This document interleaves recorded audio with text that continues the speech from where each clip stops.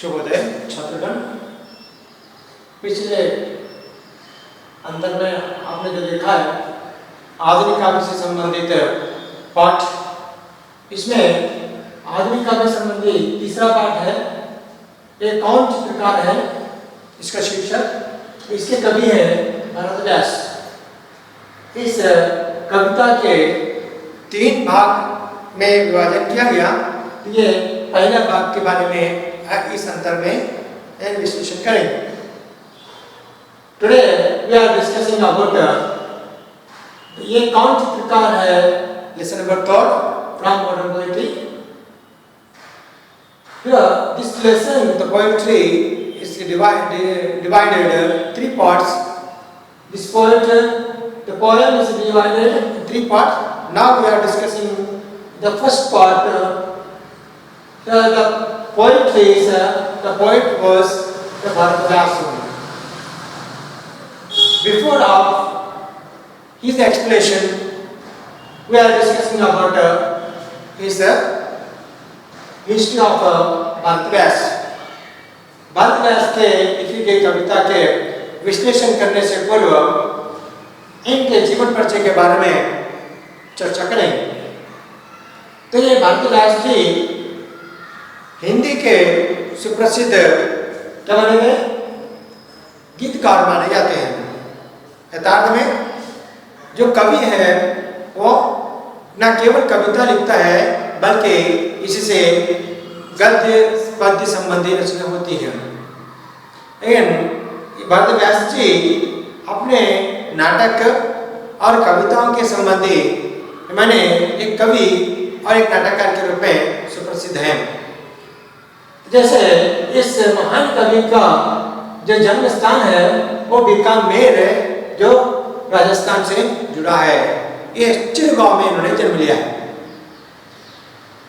The Bharatvyas was born in a village Bikaner, which is in Rajasthan. So it's a birthplace. When he born in 1918 and he was died in 1982. Means his life period is totally 64 years. इस जीवन कालावधि के अंतर्गत आपका जो जन्म 1918 में और मृत्यु 1982 में। इस जीवन कालावधि के अंतर्गत इन्होंने कुल योग उनका जीवन कालावधि 64 वर्ष है। इस कालावधि के अंदर इन्होंने हिंदी की अपार सेवा की, विविध services in different ways in Hindi literature. So say here the totally the famous in the Geetkar as a lyricist. Lyricist means in Hindi गीतकार, जो फिल्म के गीतों का कला प्रतिभा रखता है उसको हम गीतकार कहते हैं। और इस प्रकार से इन्होंने अपने गीतों में देशभक्ति, राष्ट्रीयता, प्रेम, बलिदान जैसे क्या किया है गुणों को लेकर रचना किया है। In his poetry, in his lyrics, what your characters you have taken. He give the concept to these the characters like the patriotism, annexity of the nation, annex loving and sacrificing also. So in 4 गुणों के समेत जो गीत film के गीतों को रचना किया है, तो उनमें कुछ उल्लेखनीय गीत यहाँ पर दर्शाया गया। यानी आपसे लिखे गए गीतों के मुखड़े मात्र दिया गया है। मुखड़े means lyrics. Here is a famous lyricist, but what are the lyrics are the famous in cine field? Means the particularly given the 3 example in a famous pictures name. Here is the Navarang, Sant Jnaneshwar, and next last one, Do Aankhein Bana Haath Se. So in this picture, what are the lyrics of the Bharatvyas? Mean Aadha hai Chandrama, Raat Aadhi, ये नवरंग से संबंधित वाला lyric है, यानी मुखड़ा है। और इसी तरह से संत ज्ञानेश्वर पिक्चर के फिल्म के अंतर्गत इन्होंने जो मुखड़ा दिया है, जो गीत जोत से जोत जलाते चलो, इस प्रकार is another famous picture, and Sant Jnaneshwar in this picture his lyric is jot se jot chalate chalo, like this, right? Another one is important famous picture, and the lyric of the Bharat Gas is दो आंखें बाएं हाथ से मैं ये आए मालिक तेरे ने बंदे हम, है ना? ये तीन ने जहाँ पर नवरंग ने संत ज्ञानेश्वर दो आंखें और 12 हाथ इस पिक्चरों के अंदर इन्होंने जो दिए मुकड़े आधा है चंद्रमा रात आदि, जोत से जोत जलाते चलो ऐ मालिक तेरे बंदे हम, इस प्रकार से इस बहुत प्रभावपूर्ण भावना को लेकर प्रकृति के अंतर्गत ऐसे अनेक लिरिक्स ने मुकड़े लिखा है। Is one of the famous lyricist is given the lyrics of these pictures. Those are very successful and famous in Hindi film. इस प्रकार एक के बारे में एक अन्य एक सूचना देने वाला विषय क्या है? 1942 में 1942 he gone to बॉम्बे का बॉम्बे जाने के बाद वहाँ बॉम्बे में इन्हें किस उद्देश्य गए थे? एक फिल्म में एक निर्देशक के रूप में या एक नाटककार के लिए अभिनेता के रूप में कार्य करना ये उनका उद्देश्य था, लेकिन इसके अंतर्गत उन्हें कोई संतुष्टि नहीं मिली, नहीं संपन्न नहीं हुए। तब तुरंत फिर से उन्होंने एक कलाकार गीतकार के रूप में ही अपनी प्रतिभा को दर्शाया। In 1942 he got to Bombay as a good dramatist, as a good actor, but is not satisfied in that cine field. So again he was start the lyrics as a lyricist also. Okay, right. This is the brief introduction about the Bharatavas. Now, just we are discussing about what is the poem and what is the messages of this poem.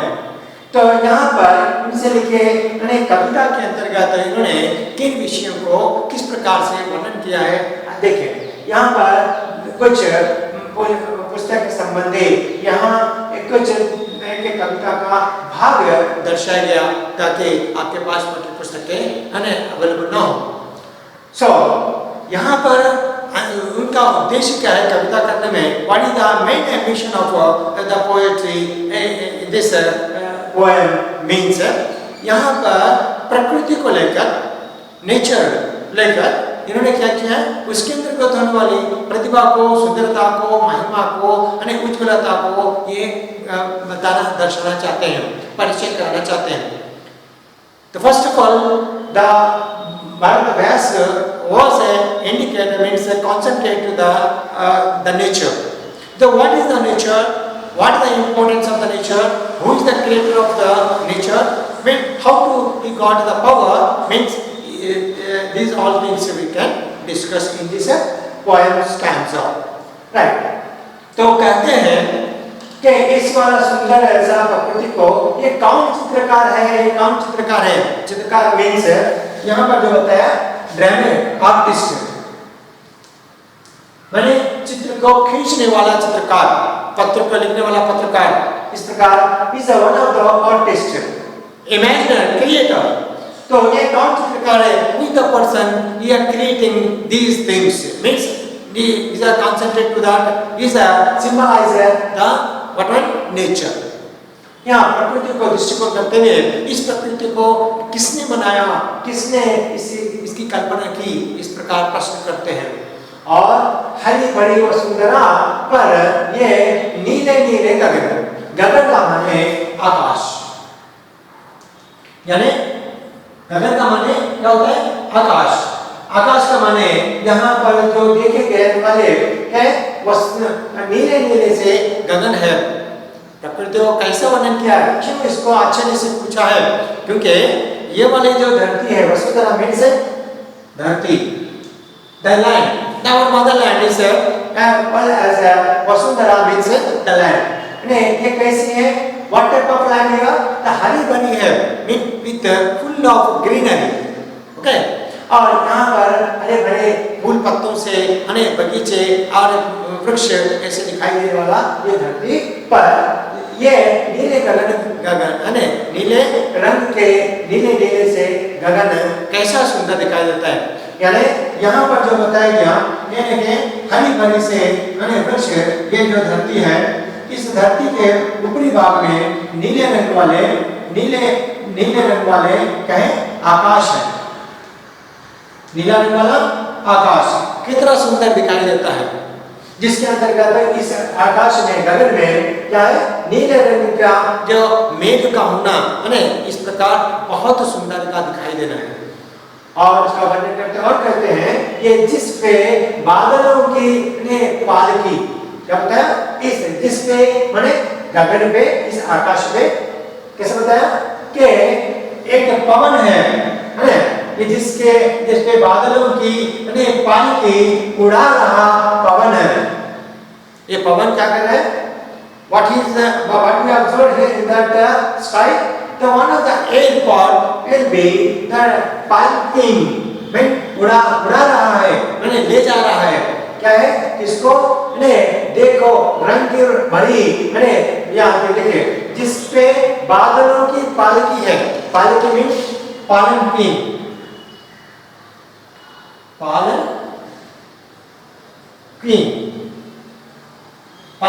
what is this? This is the one of the cot, जो the bearers are bearing the queens. Okay, यहाँ पर पालकी means पल्लकी, यहाँ पे पल्लकी कहा जाता है। हाँ, ये पालकी, ये कैसे, कौन सी पालकी? बादलों की पालकी। Is not a pumpkin here, it is not a cot here, but is a बादल here, comparing बादलों को, आकाश में रहने वाले बादलों को पालकी के समान तुलना करते हुए क्या होता है, जिसपे बादलों की आकाश में गगन में बादलों की पालकी को उड़ा रहा पवन, इसको एक कोमलता से छूकर इसको आगे बढ़ा रहा है। Here is a very delicate of the white color clouds in the sky, and the air will be carrying of means bearing of palm, comparing the clouds as a palm. यहाँ पे किसको, बादलों को किसके साथ, पालकी के साथ तुलना की गई। इस पालकी के समान वो उड़ा रहा है। कौन? पवन उड़ा रहा है। पवन मीन्स हवा, that means air.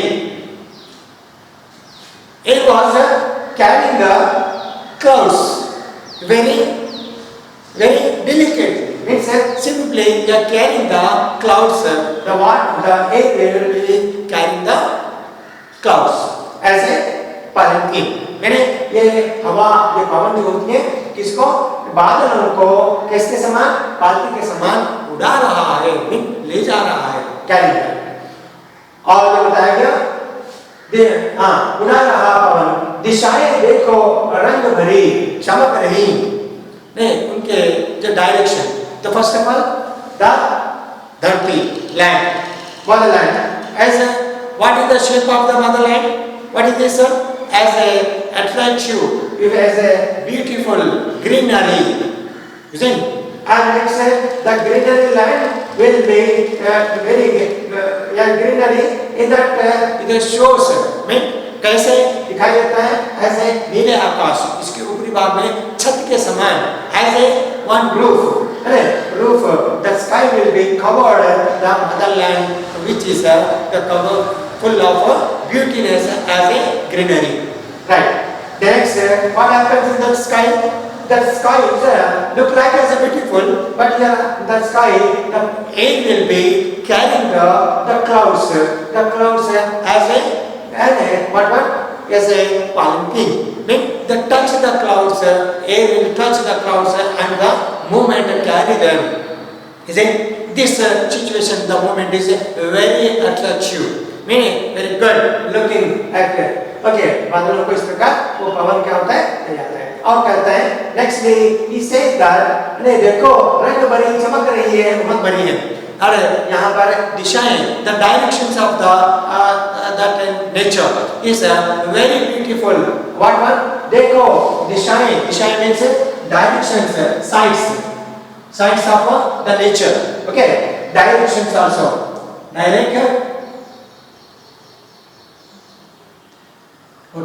directions are there. What directions are there? देखो अने रंग भरी means रंगों से जुड़ी हुई, इसे attractive, very beautiful, colorful, right? Colorful. यह रंग भरी रंगों से भरी हुई क्या है? दिशाएं चमक रही हैं। What happens? The colorful that directions will be चमक रही हैं, माने प्रकाशित हो रही हैं। क्या है? दिशाएं कैसे रंग भरे से चमक रही हैं। The focusing the very beautiful, attractive colors, different colors, या उमंग रही है। और उमंग रहे माने इच्छा means very attractive, is a very peacefulness of the heart, means very attractive. उमंग भरी है माने मन को मोहित करने वाली, आकर्षित करने वाली, जैसा ये दिशाएं के रंग भरे यानी चमकाट लोगों को आकर्षित कर रही है।